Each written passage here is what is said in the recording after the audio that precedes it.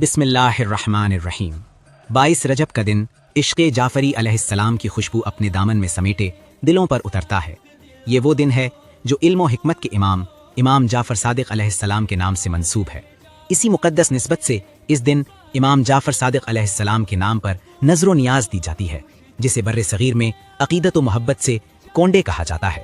یہ نظر نہ کوئی رسم ہے، نہ کوئی دکھاوا، بلکہ دل کی گہرائیوں سے اٹھنے والی ایک خاموش دعا ہے کہ گھروں میں برکت ہو، دلوں میں سکون ہو اور دل کی مرادیں پروردگار کی بارگاہ میں قبول ہو جائیں۔ اے میرے حسینی بھائیوں اور بہنوں، اے ولایت علی علیہ السلام سے محبت رکھنے والوں، ہم سے اکثر یہ سوال کیا جاتا ہے کہ کیا 22 رجب کی نیاز بدعت ہے؟ کیا یہ عمل نہیں ہونا چاہیے کیونکہ کسی معصوم علیہ السلام نے اس دن کا خاص طور پر حکم نہیں دیا؟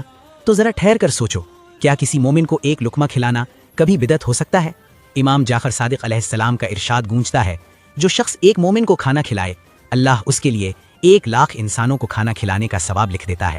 اور وہی امام جعفر صادق علیہ السلام یہ بھی فرماتے ہیں، جو شخص کسی مومن کو میٹھا لقمہ کھلائے، اللہ تعالیٰ قیامت کی سختیوں کو اس سے دور فرما دیتا ہے۔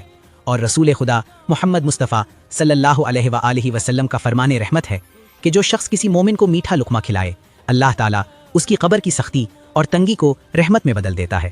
اب خود فیصلہ کرو، جو عمل رحمت بن جائے، جو عمل ثواب بن جائے، وہ کیسے بدعت ہو سکتا ہے؟ کچھ لوگ یہ گمان کرتے ہیں کہ ہم کسی کے مرنے کی خوشی مناتے ہیں تو وہ اپنی سوچ میں ہی قید رہیں۔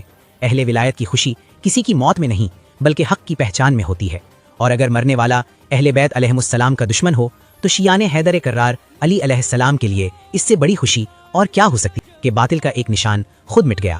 جو اہل بیت علیہ السلام کا دشمن ہو وہ شیعان حیدر کرار علی علیہ السلام کا دوست آخر کہاں سے آ سکتا ہے؟ اہل بیت علیہ السلام کے دشمن سے بیزاری نفرت نہیں بلکہ ایمان کی حفاظت ہے، اور ہم پورے یقین، پورے شعور اور پورے اعلان کے ساتھ کہتے ہیں، لعنت ہو ہر اس شخص پر جو اہل بیت علیہ السلام کا دشمن ہے۔